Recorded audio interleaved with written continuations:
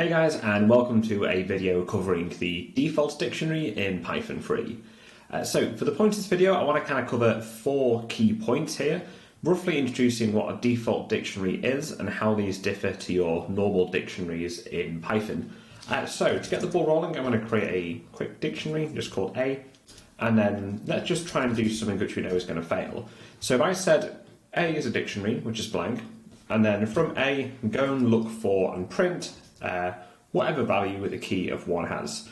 And of course, we get a key error because our dictionary is blank, so of course, this key does not exist here. Now, this is effectively what a default dictionary is kind of designed for. So rather than us having to do a check to say, does this key exist? If so, give me it. If not, try and set it.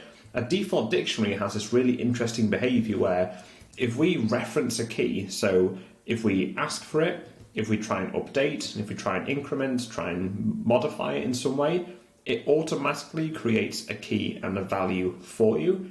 And that is the main difference on a default dictionary. So over the course of this video, we'll try and cover these key points. I want to kind of start from the top here and roughly kind of go through these in order. Now, the most important thing I want to highlight is that the default dictionary is actually a subclass of the built-in dictionary type.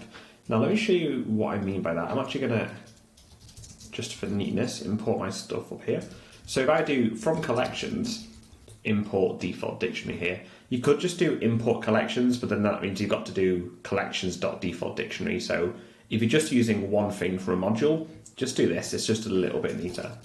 And then what I'm going to do is I'm going to use the is subclass function. So if I do is subclass like this here, this takes 2 inputs, basically 2 classes, and says like, is the thing on the left a subclass of the thing on the right?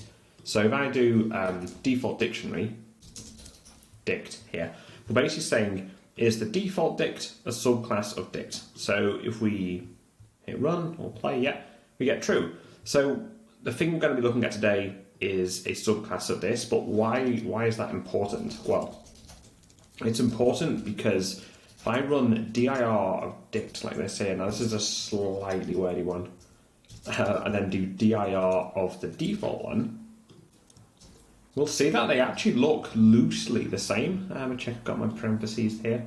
We do. So to highlight the bits that matter, kind of like this bit here, so like the clear, copy, from keys, get, etc. Notice how like they exist in here as well. So effectively, all of the things you can do with your regular dictionary, you can do with your default dictionary. So if you want to iterate over the keys or the values or the items, you can, because items is a method that exists in both the dictionary and the default dictionary. And of course, they exist in the default dictionary because it's inheriting from dictionary as it is a subclass. So just kind of the first point to tick off here. And I'm going to do this as I move along, make sure that I actually cover these all correctly. Now, the first thing I want to look at, and I think is arguably the most important, is this point here. So references to missing keys, these are handled by creating them rather than raising a key error. So to do that, I'm going to quickly make a default dictionary. And to do that, you simply do default dictionary. And then what most people will do is we're basically using something called a default factory in here, which we'll come to in a little bit later. But effectively, this has to be a function that returns something. So if we take, let's do list, tuple, str, int, float, all of these your built-in functions that return, say, like an empty one of these, right? So just say if I did int here, technically the empty int is 0.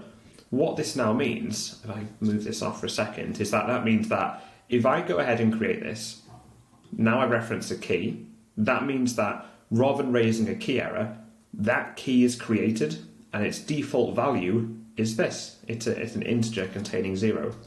So if I did print a, I'll do ddict of the key of a, like this here. So traditionally, this would fail with a dictionary because a doesn't exist. With your default dictionary, it does, and its default value is 0. We can do float.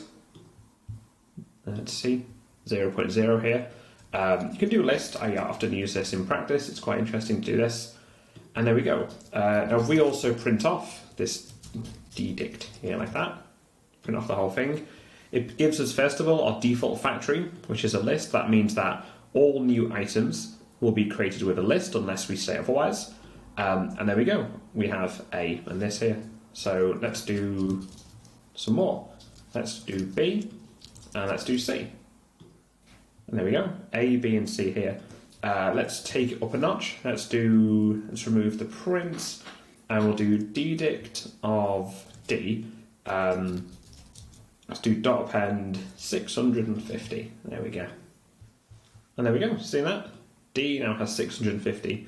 And this is really cool because otherwise you'd have to do, if you wanted to check to see if these exist first, you can either go ahead and use like set default or you could use get, but it requires like an extra level of checking when you're using a dictionary, where with a default dictionary, don't worry about it. You just import it, you say, here's what I want my default to be, and then you can just go ahead and use these items here. So there are certain cases where this is really useful and actually can save you quite a lot of time and additional logic by, cutting out the amount of code that you have to write.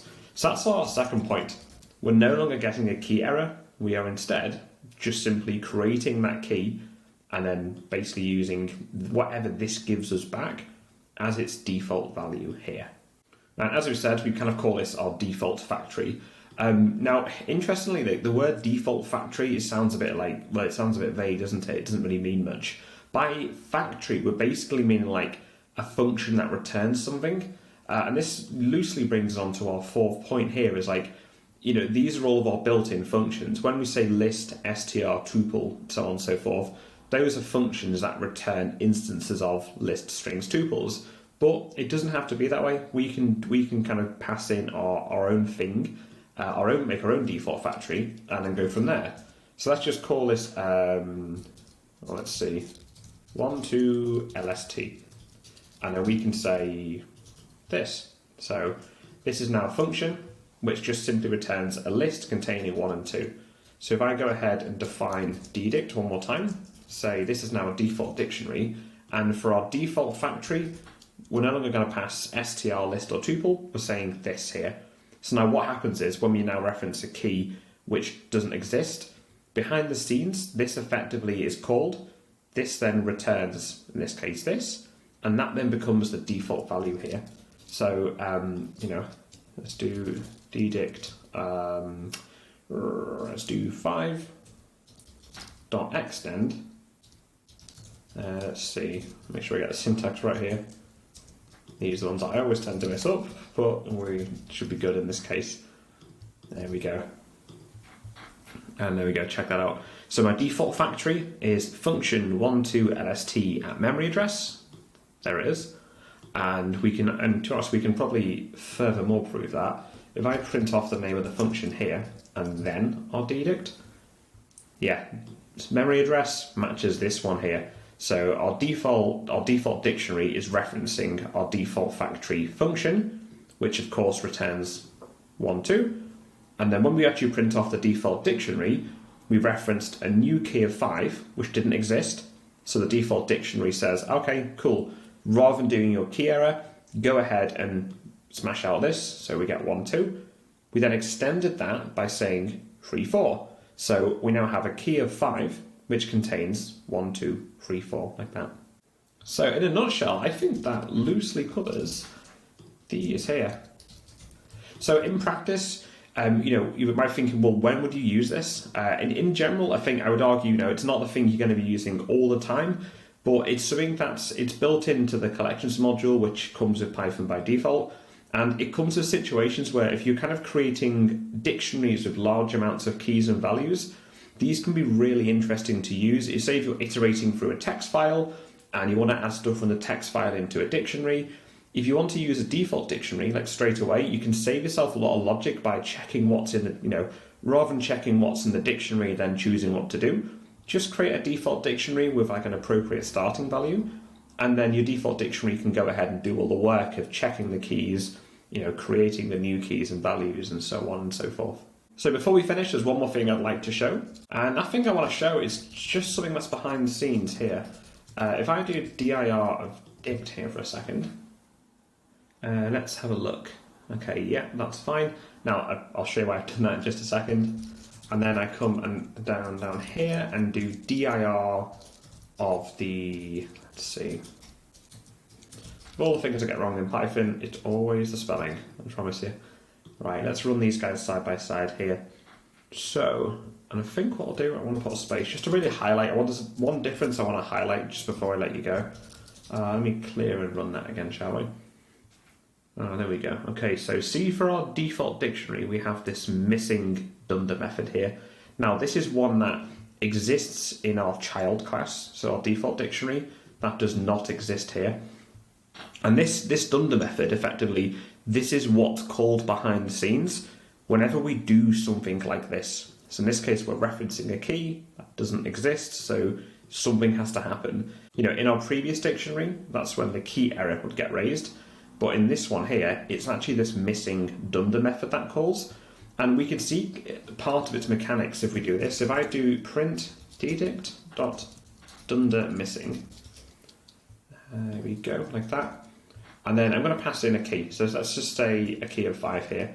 And what this does, this basically shows you the default factory for a given key. So if I hit clear and run here, we can see 1, 2.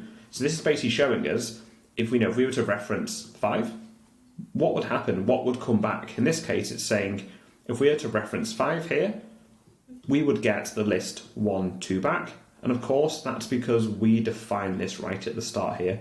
Let's do 1 to n list here instead.